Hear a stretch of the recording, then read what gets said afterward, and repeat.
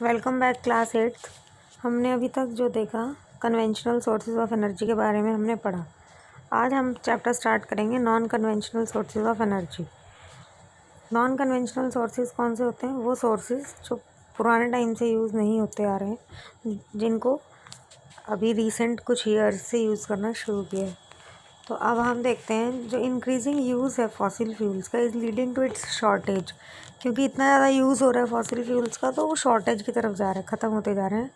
It is estimated that if the present rate of consumption continues the reserves of these fuel will get exhausted. वो कह रहे हैं कि जिस तरीके से यूज़ हो रहे हैं रिजर्व्स, उस तरीके से फॉसिल फ्यूल्स कुछ टाइम में एग्जॉस्ट हो जाएंगे। मतलब उनकी कंजम्पशन बहुत ज़्यादा बढ़ गई है और उनके कारण एनवायरमेंटल पोल्यूशन भी बहुत ज़्यादा हो रहा है। इसलिए ज़रूरी है कि नॉन कन्वेंशनल सोर्सेज को अपने डेली रूटीन में अपने यूज़ में लाया जाए, जैसे कि सोलर एनर्जी है, विंड एनर्जी है, टाइडल एनर्जी है। ये ऐसी एनर्जीज़ हैं जो कि रीन्यूएबल हैं, एक बार एग्जॉस्ट हो जाए तो दोबारा ही साथ के साथ बन जाती हैं। सबसे पहले हम देखेंगे solar energy. Sun's heat and light energy can be felt by us every day. जो सन की हीट है, लाइट है, वो हम डेली फील करते हैं, देखते हैं। Solar energy trapped from the sun and can be used solar cells to produce electricity. मतलब जो सोलर एनर्जी सन से हमें मिल रही है, उन सोलर सेल्स को यूज़ करके इलेक्ट्रिसिटी बनाई जा सकती है। और बहुत सारे सेल्स जो हैं, जब इनको जोड़ दिया जाता है तो सोलर पैनल में, उससे क्या होता है, जनरेट पावर होती है फॉर हीटिंग, लाइटनिंग पर्पज, अलग अलग पर्पज से। जब टेक्नोलॉजी होती है यूटिलाइज सोलर एनर्जी की, तो उसके बेनिफिट्स क्या होते हैं? उसमें जो है ट्रॉपिकल कंट्रीज़ को ज़्यादा फ़ायदा होता है, क्योंकि वहाँ पे जो धूप है वो बिल्कुल सीधी पड़ती है और बहुत शार्प जो होती है सन रेज होती हैं बहुत ज़्यादा। उसके बाद वो क्या कह रहे हैं, अबंडेंट सनशाइन होती है।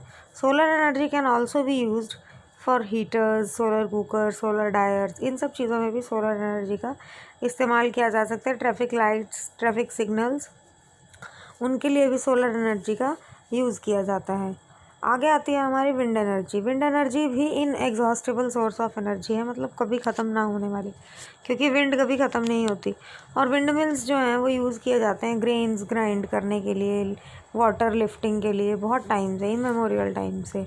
और मॉडर्न टाइम में विंड मिल्स जो हैं, उनकी high speed winds rotate the wind mill. मतलब जब बहुत ज़्यादा तेज़ हवा होती है तो विंड मिल रोटेट करती है, जो कि जनरेटर से कनेक्टेड होती है और उससे इलेक्ट्रिसिटी प्रोड्यूस होती है। विंड फार्म्स जो हैं वो have clusters of such wind mills are located in coastal regions. Coastal regions या माउंटेन पासिस पे ये इसलिए बनाई जाती हैं क्योंकि वहाँ पे जो विंड का ब्लो होता है, मतलब बहुत ज़्यादा ब्लो होती है विंड, तो उससे जो है उनका विंड मिल्स का यूज़ किया जा सकता है।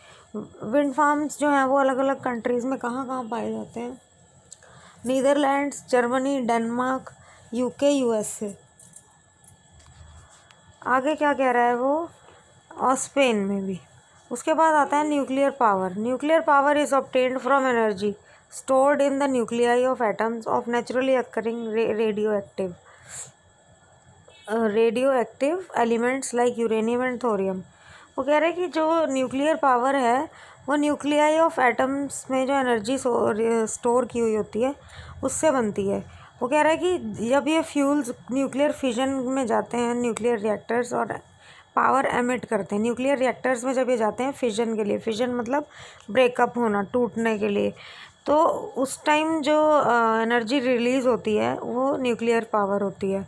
और ग्रेटेस्ट प्रोड्यूसर जो है न्यूक्लियर पावर के, वो यूएसए, यूरोप, इंडिया में है, राजस्थान, झारखंड, ये लार्जेस्ट डिपॉजिट्स हैं जहाँ पे यूरेनियम एंड थोरियम ज़्यादा मिलेगा। वहीं पे ही जो है न्यूक्लियर एनर्जी जो है वो बनाई जा सकती है, न्यूक्लियर पावर जो है वो बनाई जाती है। जैसे मोनोजाइट्स जो हैं सैंड्स केरला में, वहाँ पे भी बहुत ज़्यादा थोरियम के और वो पाए जाते हैं। थोरियम वाला जो हमारा ये है यूरेनियम एंड थोरियम जो होते हैं। उसके बाद वो क्या कह रहा है कि तमिलनाडु में कलपकम, तारापुर में महाराष्ट्र में तारापुर, और राजस्थान में राणा प्रताप सागर, उत्तर प्रदेश में नरोरा, और कर्नाटका में कायगा। मतलब अलग अलग जगह पे अलग अलग क्वांटिटी में यूरेनियम एंड थोरियम पाया जाता है।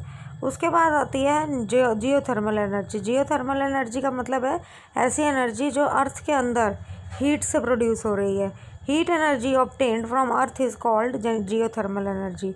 जब जो इंटीरियर टेम्परेचर होता है अर्थ का, वो जैसे जैसे हम गहराई में जाते जाते हैं तो अर्थ का जो टेम्परेचर है वो हीट का जो बढ़ता जाता है। तो कई बार तो हीट इतनी ज़्यादा होती है कि हॉट स्प्रिंग्स बन जाते हैं और इस हीट से पावर जनरेट की जाती है और उसी पावर को जियोथर्मल एनर्जी कहा जाता है। और ये geothermal energy cooking, heating, bathing, बहुत सारे कामों के लिए यूज़ की जाती है। और उसके अलावा वो क्या कह रहा है कि यूएसए जो है वो वर्ल्ड का लार्जेस्ट जियोथर्मल पावर प्लांट है।